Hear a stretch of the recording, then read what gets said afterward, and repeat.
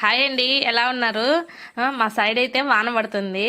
మా ఆయన వచ్చి ఏమన్నా చేసి పెట్టు అని అడుగుతా ఉన్నాడు. నేనైతే ఎగ్ బజ్జీ చేస్తాబ్బా అంటే నాకు వద్దు, ఏమన్నా స్వీట్ కావాలని అడిగాడు. అందుకనేసి స్వీట్ చేద్దామని చూస్తే ఏం లేవు. మైదా పిండి కొంచెం ఉనింది, మైదా పిండి కొంచెం కార్న్ఫ్లోర్ ఉనింది.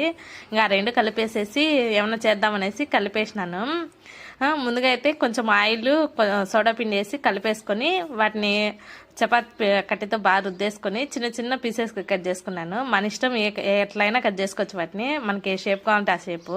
నేనైతే మా పిల్లల కోసమని ఇలా షేప్ చేసినాను. డీప్ ఫ్రైలో వేసేసి ఏం చేస్తా బాగా కాగిన తర్వాత తీసేసినాను.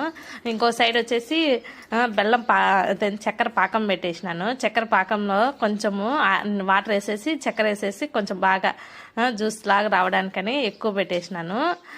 ఇవి వేగిన తర్వాత దాంట్లో వేసేసినాను. అయితే దీని పేరు ఏందో నాకు తెలియదు, కానీ టేస్ట్ మాత్రం సూపర్.